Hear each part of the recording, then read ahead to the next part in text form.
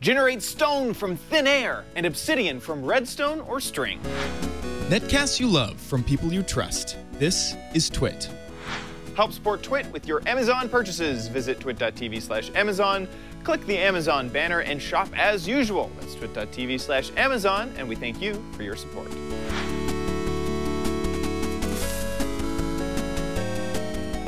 Hello, and welcome to OMGcraft. I'm your host, OMGchad. This is a show that'll teach you how to become a Minecraft expert in no time. I love getting your emails, and this one comes from Edgebears. He says, "Dear OMGchad, I was wondering if you could show how to make an Obsidian generator on your show. I've heard about them and would like to know how to make one. Thanks, Edgebears9405. Absolutely. There are different types of block generators in Minecraft. These generators use lava and water, two liquids, to make a solid block. So first, I'm going to show off a few different types of block generators, then how to endlessly generate obsidian. Okay, so here we are in a simple world to show off some generators. So first I wanted to show off just a simple generator, just to get the concept down. This is a cobblestone generator, and it's probably the simplest form of a cobblestone generator. You have water, flowing water over here, and lava over here. And if I break this cobblestone, the lava will flow over and create a cobblestone block. What's happening here, and it's happening so fast that you can't quite see it, so I'll go ahead and just take a piece of cobblestone and place it right here where the water is flowing, is when I break that cobblestone, the lava starts to flow over into this block. And if flowing lava hits water, it will turn into cobblestone. So if I was to break this, the water flows in and it turns it into cobblestone. This is the general idea of generators. And so if I put myself into survival mode here and go ahead and grab, whoop, I didn't want that to fall into the lava, grab a pick here and mine this out, whoops, and I've accidentally mined a little bit more than I wanted. So we'll put that back right here. You can see how this would work. Now this isn't very efficient, as I just did there. A piece of cobble flew into the lava, and this cobble's kind of jumping all over the place. So I'm only picking up a few, but I could jump down here, and you can see I picked up 6 cobble that did not exist in the world before. So that's a general idea of generators. Now, you asked about obsidian, so let me show the general way that most people get obsidian from the ground. I'm going to grab this water bucket and place it onto the ground, and it flows over lava, it even flowed over this lava, and turns the lava into obsidian. So you can come back here and mine it up. This is an efficiency 5 pick, so that's why it's going a little bit fast. Whoops. You can see that it works really well on sandstone down there. So that's the general way that people will get obsidian. Now, there's a problem, is that this isn't endless. If you find a pool of lava, you can turn the lava source blocks into obsidian, but you can't turn flowing lava into obsidian. It'll just turn into cobble. So you have to use up a source block of lava to get this obsidian. So that can be a problem. So I'll show off how to do this endlessly a little bit later.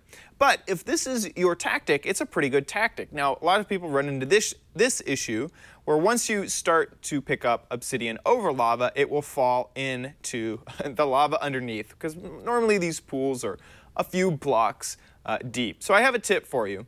If you break out a block that's near all of this obsidian and then place water in the corner, it will flow over the obsidian, and the water will fill up the space underneath the broken block faster than the block will actually fall.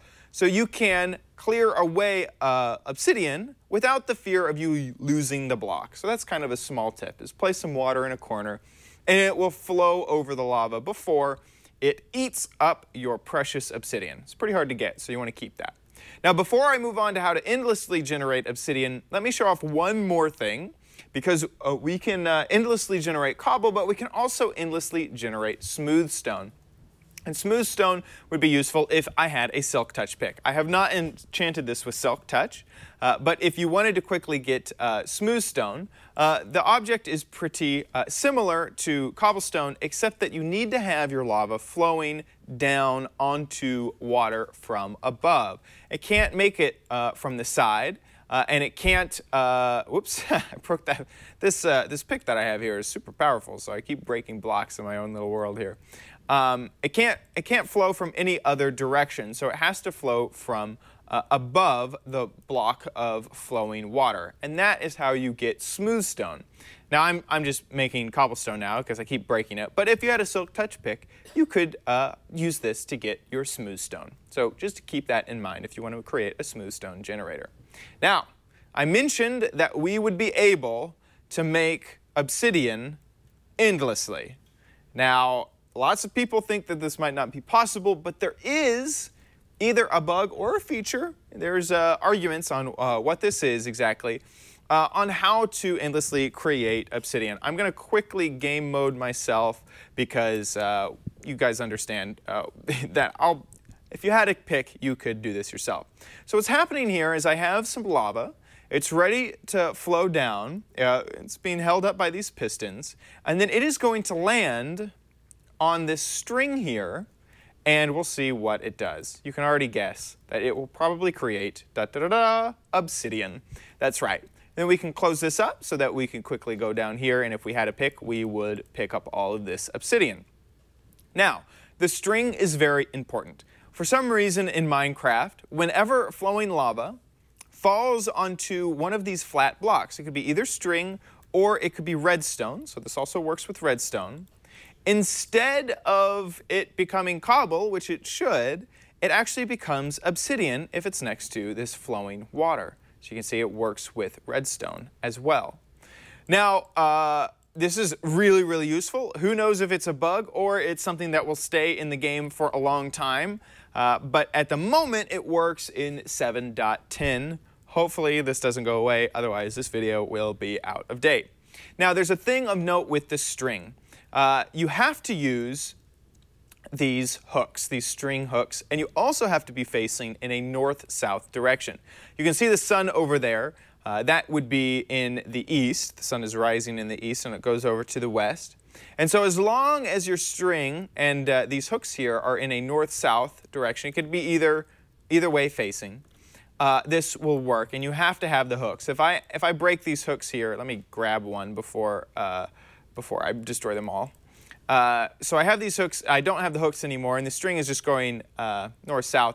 It will destroy our system here, and it's going to cause a whole bunch of problems. The lava is just going to flow right on top of it. There you go.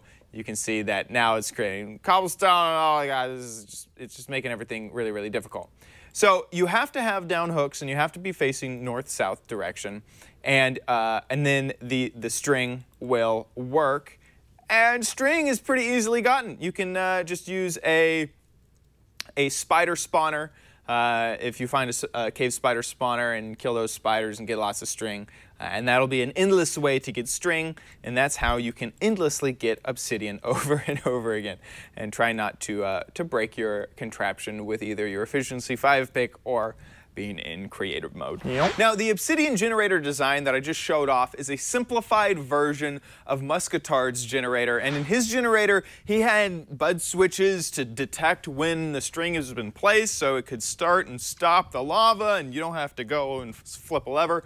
It's really, really nice. So I suggest you check out Muscatard's generator because there are more efficient ways of creating that contraption. And it's expandable also, Muscatard's is. And finally, if you would like to support our show without spending a single penny, it is easy. Head on over to twit.tv/Amazon, click through the Amazon banner on the side, and shop as usual. It costs you nothing extra, and anything you purchase helps keep the lights on here at our studio. There are even links for Amazon UK and Amazon Canada, and once again, thank you so much for your support, and that's twit.tv/Amazon if you want to support the show.